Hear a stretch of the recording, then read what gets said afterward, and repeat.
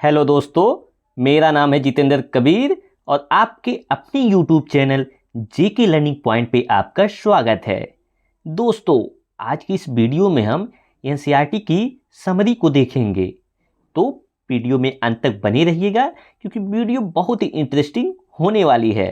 तो चलिए शुरू करते हैं।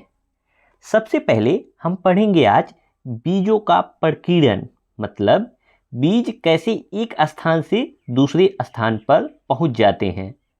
तो एनसीईआरटी की बुक में एक चैप्टर है कि seeds are the greater traveller, मतलब जो बीज होते हैं वो बहुत बड़े यात्री होते हैं। वो एक जगह से दूसरी जगह पे चलकर जाते हैं और जो बीजों का एक जगह से दूसरी जगह पर जाना होता है उसी को हम बीजों का प्रकीर्णन कहते हैं। मतलब जो बीज होते हैं उनका जो प्रकीर्णन है, यानी एक जगह से दूसरी जगह पे हवा के द्वारा, जल के द्वारा या फिर जीवों के द्वारा होता है। जैसे मान लीजिए कोई बीज है और हवा चल रही, आंधी चल रही है, तो देखिए धीरे धीरे उड़ के वो बीज कहीं और जाके फैल रहा है और ये बीज उड़ के जाके जहाँ पे गिरेगा वहाँ पे भी इसी तरह का पौधा उग जाएगा। साथ ही जल द्वारा भी बीजों का प्रकीर्णन होता है। जैसे मान लीजिए कहीं पे कोई बीज ऐसे गिरा हुआ है और वहाँ पे बरसात हुई, बाढ़ आ गई या फिर नदी में कोई बीज गिर गया या समुद्र में गिर गया, तो फिर वो बहते बहते किसी ना किसी जाके किनारे पे लग जाएगा। तो जल द्वारा जब बीज एक जगह से दूसरी जगह पहुँचेगा तो जहाँ पे उसको जो है एक इन्वायरमेंट अच्छा मिल जाएगा, जहाँ पे वो बीज उग सकता है तो वहाँ पे उग जाएगा और वहाँ पे भी पौधा आ जाएगा। और कुछ जीवों द्वारा भी बीज एक जगह से दूसरे जगह पहुंचते हैं। जैसे मान लीजिए कोई चिड़िया है तो किसी भी जो है पौधे पे बैठ रही है, फूल पे बैठ रही है, तो उस पे होता है कि उसके जो बीज होते हैं उसके फर में, उसकी बॉडी में चिपक जाते हैं और वही चिपक के बीज जहाँ पे फिर वो जाएगी और वहाँ पे गिर जाएगा, वहाँ पे भी पौधा जो है उग आएगा। तो यहाँ से ये कॉन्सेप्ट क्लियर होता है कि जो बीज होते हैं एक प्रकार के यात्री होते हैं जो हवा, जल एवं जीवों द्वारा एक स्थान से दूसरे स्थान पे पहुंचते हैं और वहां पे उग जाते हैं। और यही बीजों का एक स्थान से दूसरे स्थान पे जाकर उग जाना बीजों का प्रकीर्णन कहलाता है। तो बढ़ते हैं आगे। अगला जो पौधा है वो सोयाबीन है। सोयाबीन पौधा, जो सोयाबीन की फलियां होती हैं, जो इसके जो फ्रूट होते हैं, जो इसकी फलियां हैं, वो पक्का सूख जाती हैं। देखिए यहाँ पे एक हरा जो है सोयाबीन दिखाया गया है और फिर वो पक्के से ये ब्राउन कलर का हो गया, भूरे कलर का हो गया। और जब ये सोयाबीन की फलियां पक्का सूख जाती हैं तो छिटक कर बीज बिखर जाते हैं। देखिए यहाँ पे जो बीज हैं वो छिटक कर बिखर जाते हैं। कब? जब वो पक जाते हैं। और अगर परीक्षा में प्रश्न आता है कि सोयाबीन भारत में किस देश से आया है, तो आप बताएंगे कि सोयाबीन भारत में चीन देश से आया हुआ है, क्योंकि सोयाबीन अपने देश का नहीं है, ये इसको चीन से लाया गया है। और देखते हैं कि कौन कौन से और फल और सब्जियां हैं जो दूसरे देशों से आई हुई हैं। तो हम लोग मिर्चा के बारे में देखते हैं। जो पुर्तगाली लोग हैं वो मिर्ची को, जो चिल्ली होती है, मिर्ची होती है, उसको दक्षिणी अमेरिका से लाए थे। तो अगर परीक्षा में प्रश्न आता है कि मिर्ची कहाँ से आई है तो आप बताओगे दक्षिणी अमेरिका से। और अगर प्रश्न आता है इसको कौन लाए हैं तो पुर्तगाली लोग मिर्ची को दक्षिण अमेरिका से ले आए हैं। तो ये था मिर्ची की कहानी। और अब हम देखते हैं कि जो है भिंडी कहाँ से आई है। तो भिंडी अफ्रीका से आई है। भिंडी जो सब्जी होती है वो अफ्रीका से आई है। और गोभी और मटर, ये दोनों सब्जियां आपकी यूरोप से आई हैं। तो अगर आपको ये लगता है कि ये जो सब्जियां हैं ये भारत की हैं, तो नहीं, ये सारी सब्जियां भारत में अब उगती तो हैं, लेकिन एक समय ऐसा था ये सब्जियां यहाँ पे नहीं थी, ये दूसरों देशों से इनको लाकर यहाँ पे लगाया गया है। तो परीक्षा में अगर प्रश्न आता है कि भिंडी कहाँ से आई है तो आप कहेंगे अफ्रीका से। या फिर परीक्षा में प्रश्न आता है गोभी और मटर कहाँ से आए हैं, तो आप बोलोगे कि ये दोनों जो सब्जियां हैं यूरोप से भारत में इनको लाया गया है। और ये सब प्रश्न परीक्षा में आए हुए हैं, इसको आप ये मत सोचिएगा कि ऐसे ही पढ़ाया जा रहा है। आपको जितनी भी चीज़ें पढ़ाई जा रही हैं सब एकदम परीक्षा के पॉइंट ऑफ व्यू से बहुत ही इंपॉर्टेंट है। तो चीज़ों को नोट करते चलिए, याद करते चलिए, और वीडियो पसंद आ रही तो चैनल को सब्सक्राइब करिए। अब देखते हैं आगे की जो सब्जियां हैं। अगला जो आपका बीज है वो चाय है। जो चाय की पत्ती होती है, जो चाय होता है, उसको असम से लाया गया है। और सोयाबीन को तो हम तो पहले ही बता चुके हैं कि ये चीन से आया है। तो आपको यहाँ से ये याद रखना है कि चाय असम से आई है और सोयाबीन चीन से आई है। और आगे देखते हैं। अब देखते हैं कि हमारे भारत की कौन कौन सी जो सब्जियां हैं या फल हैं, कौन कौन से ऐसे फल और सब्जी हैं जो अपने भारत के हैं। तो अपने देश की जो सब्जियां हैं उसमें पहला है बैगन, मूली, सेम, करेला, पालक, मेथी, आम, संतरा, बेर व केला। ये सब भारत के हैं, ये सब भारतीय हैं। तो अगर परीक्षा में खूब ढेर सारे आपको फल और सब्जियां दे दे, उसमें से चुनना रहे कि कौन कौन सी इसमें भारतीय फल और सब्जियां हैं, तो आप अगर ऑप्शन में जहां पर भी बैगन, मूली, करेला, आम, संतरा, सेम, पालक, मेथी, केला और बैर, ये सब अगर ऑप्शन में दिखता है तो ये सब भारतीय हैं। और बाकी जो आपने अभी तक फल और सब्जी देखे थे, चाय असम की थी, और आपका सोयाबीन चीन का था, और भिंडी अफ्रीका से थी, गोभी और मटर यूरोप से थे, और मिर्चा जो आपका है दक्षिणी अमेरिका से है। तो बढ़ते हैं आगे। तो अब हम थ्रेशर मशीन के बारे में पढ़ेंगे।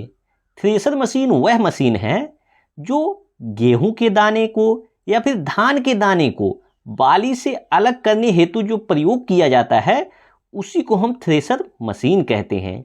अक्सर आपने गांव में देखा होगा कि जब गेहूं की फसल पक जाती है तो गेहूं की कटाई करके इसी मशीन में, जिसे हम थ्रेशर मशीन कह रहे हैं, इसी मशीन में सूखे हुए गेहूं को पौधे सहित डालते हैं।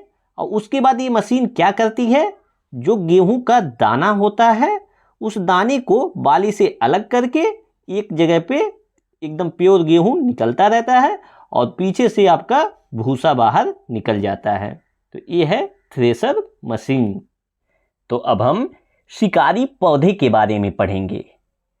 कुछ पौधे ऐसे भी होते हैं जो चूहों, मेढकों, कीड़े मकोड़े एवं छोटे जीवों का शिकार करते हैं। इनमें से सबसे ज़्यादा जो मशहूर है वो नेफेंथीस का पौधा है। नेफेंथीस, इसको हिंदी में घटपर्णी पौधा कहते हैं। तो घटपर्णी पौधा ऐसा पौधा है जो अपने पास आने वाले जो छोटे जीव होते हैं या फिर कीड़े मकोड़े होते हैं, चूहा होता है, मेढक होता है, उनका शिकार कर लेता है, उनको खा जाता है। और ये पौधा जो है ये ऑस्ट्रेलिया, इंडोनेशिया और भारत में मेघालय राज्य में पाया जाता है। ये अगर देखा जाए तो 3 जगहों पे सबसे ज़्यादा पाया जाता है, जिसमें ऑस्ट्रेलिया में पाया जाता है, इंडोनेशिया देश में पाया जाता है, और अगर अपने देश की बात करें तो अपने देश में मेघालय राज्य में पाया जाता है घटपर्णी पौधा, जिसको अंग्रेजी में हम नेफेंथीस कहते हैं। तो जो ये नेफेंथीस पौधा है, इसका आकार लंबे घड़े जैसा होता है। इसका जो आकार है देखिए लंबे घड़े जैसा है, जिसके ऊपर पत्ती का ढक्कन लगा होता है। ऊपर आप देख पा रहे हैं यहाँ ये एक पत्ती का ढक्कन लगा हुआ है, और घड़े से खास खुशबू निकलती रहती है। जो ये घड़ा है यहाँ से खास प्रकार की एक खुशबू निकलती रहती है, और ये जो खुशबू होती है उसी खुशबू की वजह से कीड़े खींचे हुए चले आते हैं। और पौधे के ऊपर पहुंचते ही कीड़े अंदर फंस जाते हैं और बाहर नहीं निकल पाते। ये जो नेफेंथीस का पौधा है, इसमें से कुछ अंदर चिपचिपा सा पदार्थ होता है और वो चिपचिपा पदार्थ एक प्रकार का खुशबू निकालता है। उसमें से एक खुशबू निकलती रहती है और इसी खुशबू की वजह से कीड़े मकोड़े आके इस घटपर्डी पौधे में बैठ जाते हैं और फिर वो जब बैठ जाते हैं तो उस चिपचिपे पदार्थ में फंस जाते हैं और जब वो फंस गए तो फिर वो लोग बाहर नहीं निकल पाते और उसके बाद उसी में वो लोग फंस के मर जाते हैं और वो सड़ के उस पौधे का भोजन बन जाते हैं। तो देखा आपने, ये पौधा शिकार करता है कितनी चतुराई से। तो इससे कई बार परीक्षा में प्रश्न आया है और प्रश्न ये आया था कि जो नेफेंथीस है, नेफेंथीस पौधा है, ये कहाँ कहाँ पे पाया जाता है। तो ये ऑस्ट्रेलिया में पाया जाता है, इंडोनेशिया में पाया जाता है और भारत के मेघालय राज्य में पाया जाता है। इस पॉइंट को आप एकदम याद रखिएगा। और एक बार और ये प्रश्न आया था, ये जो घटपर्डी पौधा है यानी नेफेंथीस, ये किन किन जानवरों को खा सकता है। तो जो नेफेंथीस होता है वो चूहों, मेढकों, कीड़े मकोड़े और छोटे जीवों का शिकार करता है। तो बढ़ते हैं आगे। अगली जो कहानी है वो वेलक्रो के बारे में है। तो आइए हम लोग वेलक्रो के बारे में पढ़ते हैं। देखिए, जो वेलक्रो का आविष्कार है वो स्विट्जरलैंड में हुआ था। तो आपको बता दें कि वेलक्रो वो होता है, आपने देखा होगा कि आपका जो सैंडल है, बैग है, उसमें जो एक चिपकाने वाला जो फीता रहता है उसी को हम वेलक्रो कहते हैं। तो ये जो घटना है वेलक्रो बनाने की, ये घटना 1948 की है। एक दिन जॉर्ज मेस्ट्रल अपने कुत्ते के साथ सैर करके लौटे। मतलब जॉर्ज मेस्ट्रल अपने कुत्ते के साथ घूमने गए थे और घूमकर जब वो वापस आए तो उन्होंने देखा कि उन दोनों पर बीज चिपके हुए हैं। मतलब जॉर्ज मेस्ट्रल ने देखा कि जो कुत्ते का बाल था या फिर उनके ऊपर भी कुछ बीज चिपके हुए थे और इन बीजों को अपने कपड़े पर चिपका देखकर वो हैरान रह गए। उन्होंने सोचा कि ये बीज कैसे उनके कपड़े पे चिपक गया या उनके कुत्ते के ऊपर कैसे चिपक गया आखिर। झट से उन्होंने माइक्रोस्कोप निकाला और बीजों को एकदम बारीकी से देखने के लिए माइक्रोस्कोप से इन्होंने देखा और उन्होंने पाया कि जो बीजों में छोटे छोटे हुक थे। आपने भी देखा होगा कि कई ऐसे बीज होते हैं जो कपड़ों में या बालों में चिपक जाते हैं और उसको जब आप एकदम बारीकता से देखेंगे तो उसमें देखेंगे कि उसमें छोटे छोटे हुक रहते हैं। तो वही चीज़ जॉर्ज मेस्ट्रल ने भी पाया कि जो बीज था उसमें छोटे छोटे हुक थे और इन्हीं हुक की मदद से बीज कपड़ों के जो रेशे थे उसमें अटक गए थे। यह देखकर जॉर्ज मेस्ट्रल को एक आइडिया आया कि चलो वेलक्रो बनाते हैं। और जो वेलक्रो होता है, वेलक्रो से दोनों सतहें आपस में चिपक जाती हैं और खुलने पे चर चर की आवाज़ होती है। आपने देखा होगा कि आपके जो बैग्स होते हैं, बस्ते होते हैं, कपड़े, जूते, पट्टे आदि में इसका इस्तेमाल होता है। जो वेलक्रो है, ये जो आपका जो चिपकाने वाला जो हुकदार ये बना हुआ है, इसको जब सैंडल में ऐसे मोड़ के चिपकाते हैं तो ये चिपक जाता है। तो यही है वेलक्रो। इसका प्रयोग आपने बैग में भी देखा होगा या फिर जूतों में भी देखा होगा कि जिसमें बांधने वाली डोरी नहीं होती, उसमें चिपकाने वाला ऐसा फीता होता है। तो देखा ना ये मज़ेदार किस्सा। मतलब आप प्रकृति से प्रेरणा लेके, मोटिवेशन लेके आप ऐसे अलग अलग चीज़ों का आविष्कार कर सकते हैं। तो ये थी वेलक्रो की कहानी। तो परीक्षा में अगर प्रश्न आएगा कि वेलक्रो को किसने बनाया, तो आप कहेंगे जॉर्ज मेस्ट्रल ने। कब बनाया? 1948 में। किस देश में बनाया? स्विट्जरलैंड में। इसका प्रयोग कहाँ होता है? तो बैग में होता है, कपड़ों में होता है, जूतों में होता है, पट्टों में होता है। तो बढ़ते हैं अब आगे। अब हम बिल्कुलों के बाद एल्ब्रूनी की कहानी को देखेंगे। एल्ब्रूनी एक यात्री था और वो भारत में आया था, तो उसने एक किताब लिखी थी, तो वही सब एनसीईआरटी की बुक में दिया गया है। तो आइए एल्ब्रूनी के बारे में हम लोग पढ़ते हैं। तो चैप्टर का जो नाम है एल्ब्रूनी की नज़र से। तो 1000 से भी ज़्यादा साल पहले एक यात्री भारत आया था और इनका नाम था एल्ब्रूनी, ठीक है। और ये जो एल्ब्रूनी जी हैं, जिस देश से आए थे, उनका आजकल जो नाम है उज्बेकिस्तान है। मतलब एल्ब्रूनी भारत में उज्बेकिस्तान नामक देश से आए थे और एल्ब्रूनी ने बहुत ही बारीकी से चीज़ों और जगहों को देखा और उनके बारे में लिखा। मतलब एल्ब्रूनी ने जब भारत में आया तो उन्होंने भारत की चीज़ों को, जगहों को बहुत बारीकी से देखा और उनके बारे में अपनी किताब में लिखा, और ख़ास तौर से वे उन्हें अपने देश से अलग लगी उन चीज़ों के बारे में वो खास करके लिखा। मतलब जो चीज़ें एल्ब्रूनी को उनके देश से भारत में अलग तरीके से लगी, उनके बारे में लिखा। और एल्ब्रूनी उस समय के तालाबों के बारे में क्या लिखते हैं, मतलब एल्ब्रूनी उस टाइम के जो तालाब थे उसके बारे में क्या लिखते हैं, आइए हम लोग पढ़ते हैं उसको। तो उन्होंने लिखा था कि यहाँ के लोग, मतलब भारत के लोग, तालाब बनाने में बहुत ही माहिर हैं। अगर हमारे देश के लोग इन्हें देखेंगे तो हैरान रह जाएंगे।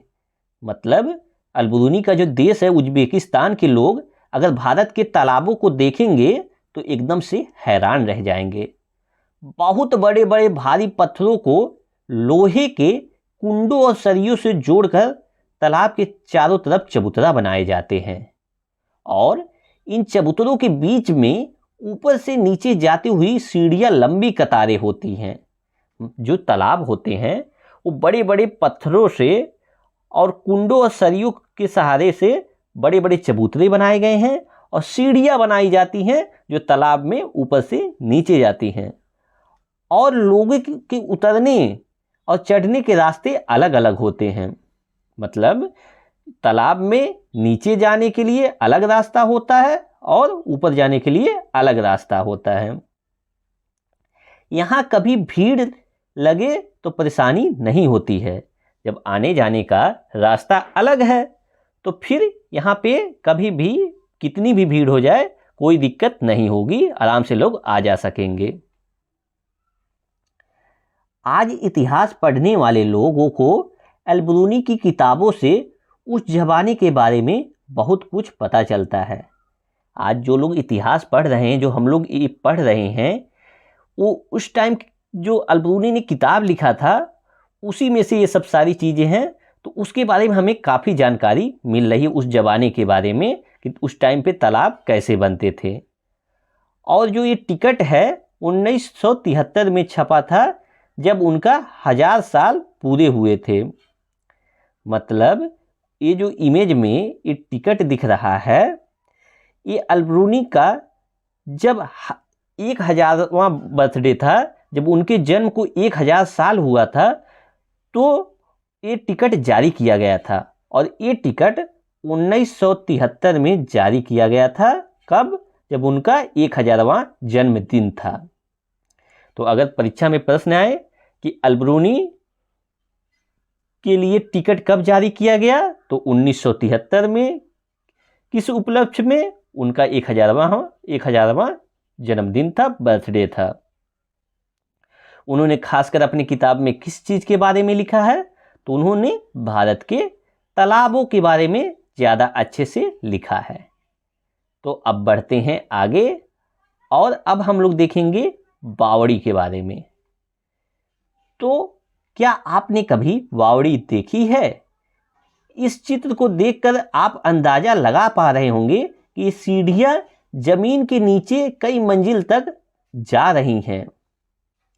मतलब जो बावड़ी होता है एक प्रकार का कुआं होता है। तो कुआं एक पतला सा गोलाकार में अंदर जाता है, लेकिन जो बावड़ी होती है वो कई मंजिला आकार में ऐसे सीढ़ियाँ बनी रहती है, अंदर ज़मीन के अंदर से खोद कर बनाया जाता है और तब तक जो है इसको खुदाई करके बनाया जाता है जब तक कि पानी जो है ज़मीन से ऊपर ना निकलने लगे।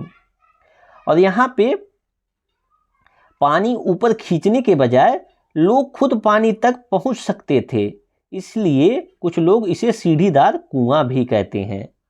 जैसे कुएं में ये रहता है कि रस्सी डाल के पानी को खींचा जाता है, लेकिन बावड़ी में ऐसा नहीं है। बावड़ी जो है सीढ़ीदार एक तरीके का कुआं है और यहाँ सीढ़ियों से लोग ऐसे उतर उतर के पानी के पास खुद पहुँच के वहाँ से पानी को भर के फिर बाहर निकलते हैं।